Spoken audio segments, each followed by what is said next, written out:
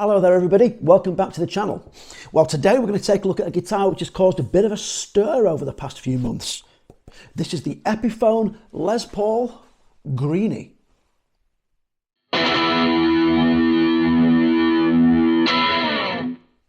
Some guitars are just so famous that they really don't need an introduction. And I think the most famous of them all has to be the 1959 Peter Green Les Paul. Originally owned by Peter back through the 60s, then passed on to Gary Moore, it eventually wound up being owned by Kirk Hammett of Metallica. And when Kirk bought the guitar, it caused a bit of a fuss on the music scene. A lot of people weren't happy about Kirk owning this famous guitar, didn't think he was good enough, didn't think he deserved it. But whatever you think personally, from a marketing point of view, it was an absolute masterstroke. Hey up, listen. As usual, be warned, there will be some swearing in my video. And if you've come here to learn anything, like, technical specs or measurements and stuff like that, you're wasting your time. Go somewhere else. All right? Cheers. Personally, for me, this guitar's always going to be about Gary Moore. I don't really care about the Kirk Hammett thing. I like Peter Green's work, but I think Gary's the guy who's the most neglected in the story of this guitar, but the person who spent the most time with it and did the most work with it and put the most wear on it too. If you see that original 59 Les Paul, take a look at it. It's pretty beat up. It's virtually firewood, to be fair. It's such a fucking mess. But most of that wear and tear was put on by Gary, so just remember that, okay? Just to keep things simple, I'm going to refer to this guitar as the Greeny Les Paul from now on, okay? Because that's what Epiphone call it, and it's what Gibson call it, and it's what Kirk Hammett calls it. Personally, listen up, Kirk, it's always going to be the Gary Moore Les Paul, okay? But to keep things straightforward here today, we're going to call it the Greeny Les Paul. Let's take a look, shall we? Starting at the top, we have possibly the most controversial thing about this guitar of all, the headstock. Look at that. They've actually made it a Gibson open book style headstock, which I think is quite cool. Just for reference over here, there we go.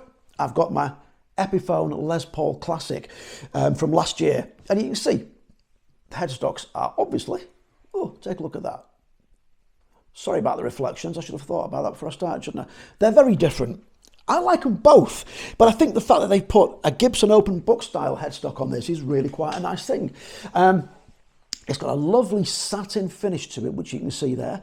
And look, there's no Les Paul logo on it. They've tried to emulate that wear and tear from over the years, where on the original Greeny, it's vanished over time.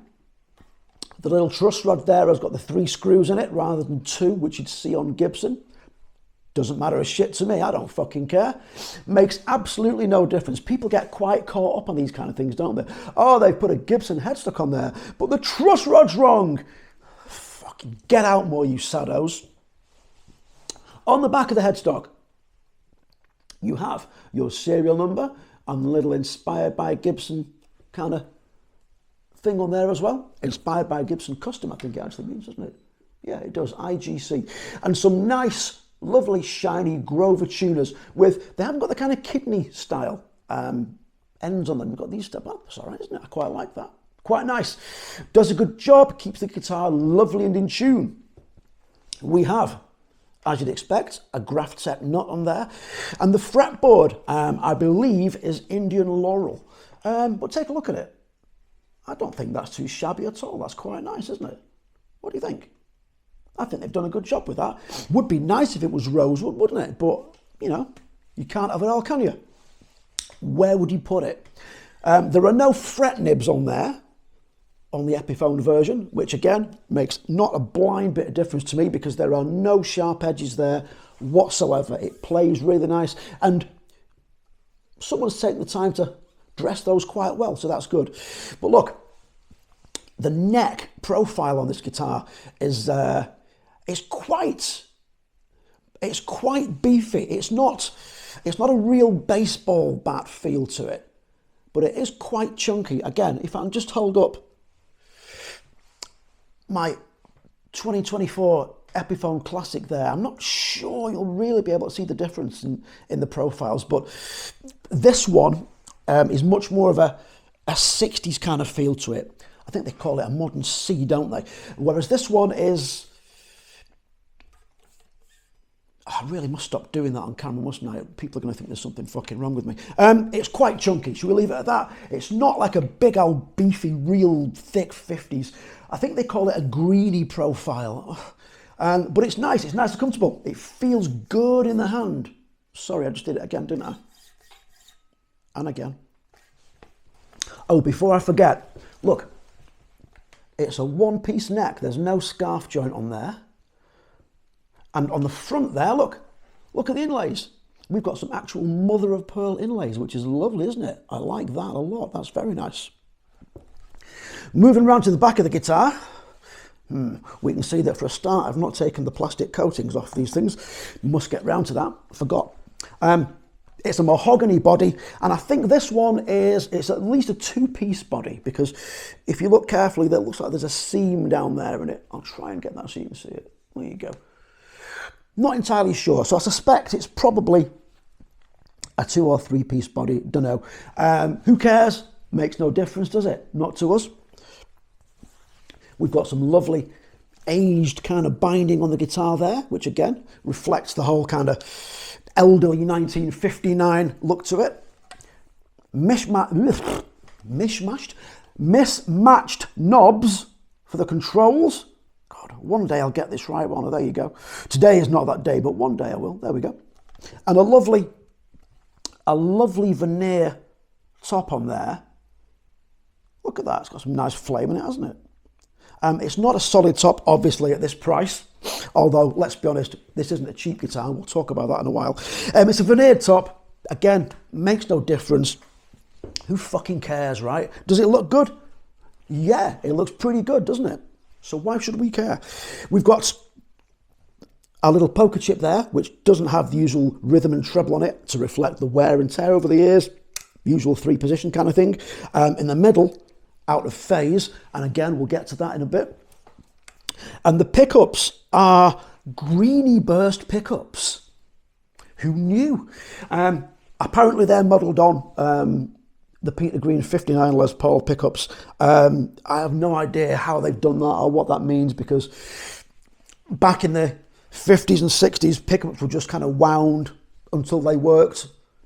Fuck it, put them on the guitar. Does it work? Yeah, out it goes. So there was no real magic or science to making them back in the day.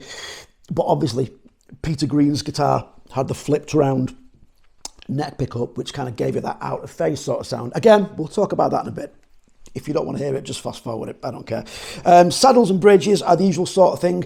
But as is usual with Epiphone these days, when you take this off, it's got those little kind of metal clips in it so that it grips the posts there. It's got a name, but I didn't bother looking it up before I started the video because it doesn't matter, does it? But it's good because when you take the strings off, it doesn't fall out and scratch the front of the guitar.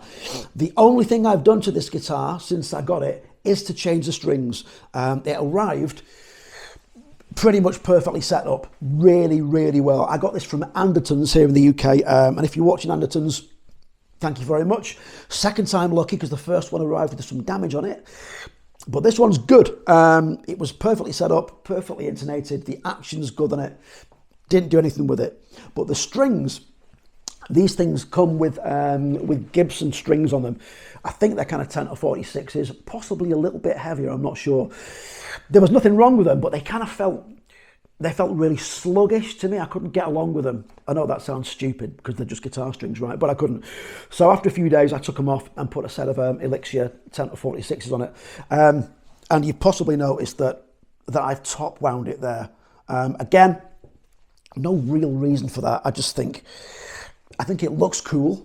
And I kind of like the feel of it when my hand's on there as well, kind of resting on it. But there's a lot of people that say the reason for doing that is to kind of reduce the break angle here to make the strings easier to bend and so on. I don't know if there's any truth in that. I just think it looks cool. So that's all I've done to this guitar. Nothing whatsoever. It was really well set up, straight out of the box.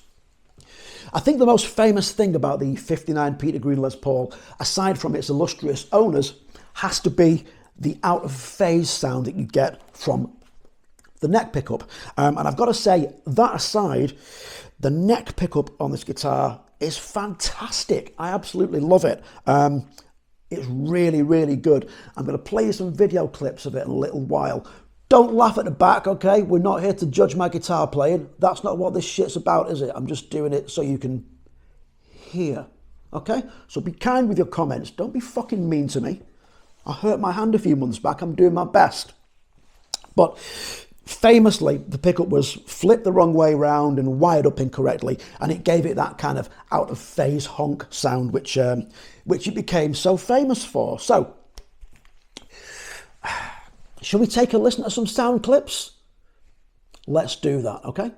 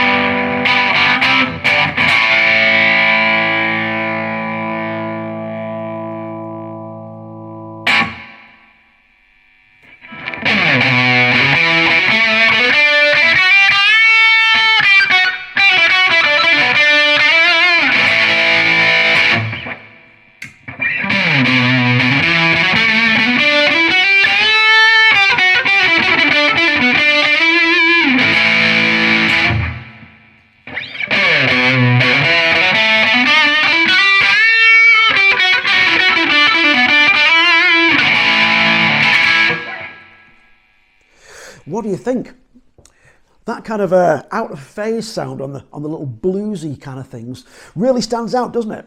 Possibly not so much with the with a bit of gain, but on the clean sounds, that's what it's all about, isn't it?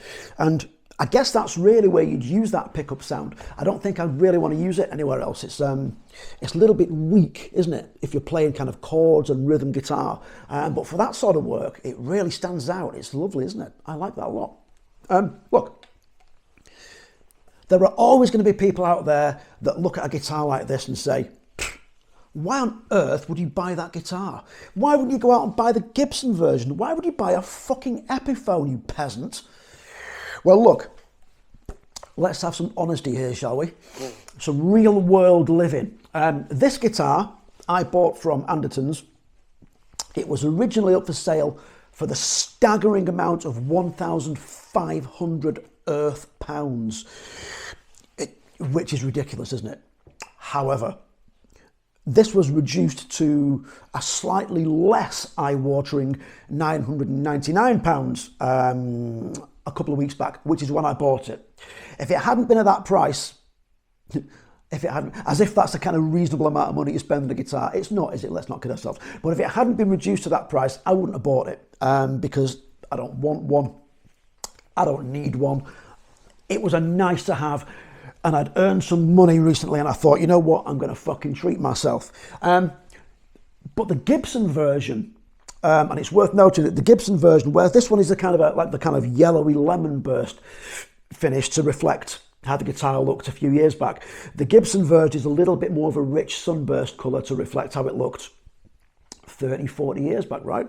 But the Gibson version is more than double the original price of this guitar. It's round about £3,000, which is fucking crazy, right? That's absolutely crazy. But that sounds perfectly reasonable when you think that there's a Gibson version which costs a Relics version, which I think costs £20,000. And then above that, there was another version that cost something like £50,000. So when I said it was a great marketing idea back at the beginning of this video, that's what I'm talking about. The guitar was so famous, it wouldn't have mattered if Kirk never played it again. The money that's been generated from making all these different versions of it and different copies of it must have earned Gibson and Kirk a fucking fortune. No sour grapes here, you know, it's his guitar, he can do what he fucking wants with it, can't he? And he has. And people will always say, you know, Gibson's better than Epiphone. Dunno, man, I'm not so sure these days. I've played a lot of Gibson guitars, older ones. Yeah, I don't think you can fault them. I mean, when I say older, you know, I mean maybe 20, 30 years old. I think they're very, very good. Stuff from the 90s and the early 2000s is great. Recent times, Gibson guitars, I don't think they've got it. I think they've lost the way a little bit.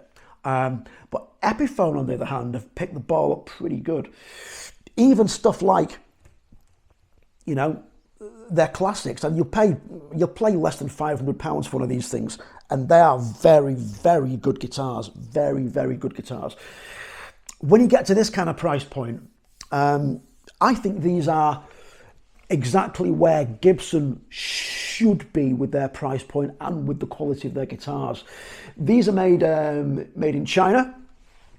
Fuck all wrong with that. I don't care what you think, what your opinions are about Chinese-made instruments. These are very, very good. The quality of this, for me, is every bit as good as my USA-made Gibson Les Paul that's sat in its case over there going nowhere. Do not be fooled, because this has got a Chinese-made badge on it. It's absolutely superb. If you've got a problem with that, pick them both up, play them back to back. I know there are lots of videos out there where people do that and they try to convince you that they think the Gibson one is better, it sounds better, it feels better.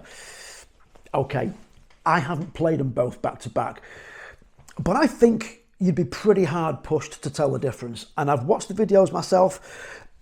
I really can't tell the difference whatsoever, really can't tell. So if you've come here to be a snob and look down your nose at Epiphone guitars and say, they're not as good as Gibson's, fuck off, all right? Because you're kidding yourself these days. Absolutely every bit as good as an actual American-made Gibson Les Paul guitar, without a doubt.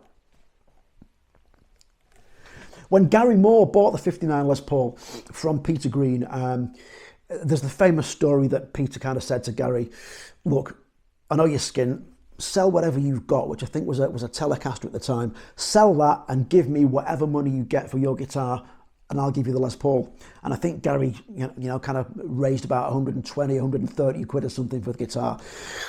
And when Gary had to sell the guitar in the mid-early 2000s, I believe there was an issue because Gary had to cancel a tour. I think he got a hand infection and his insurance wouldn't cover the cost of the tour.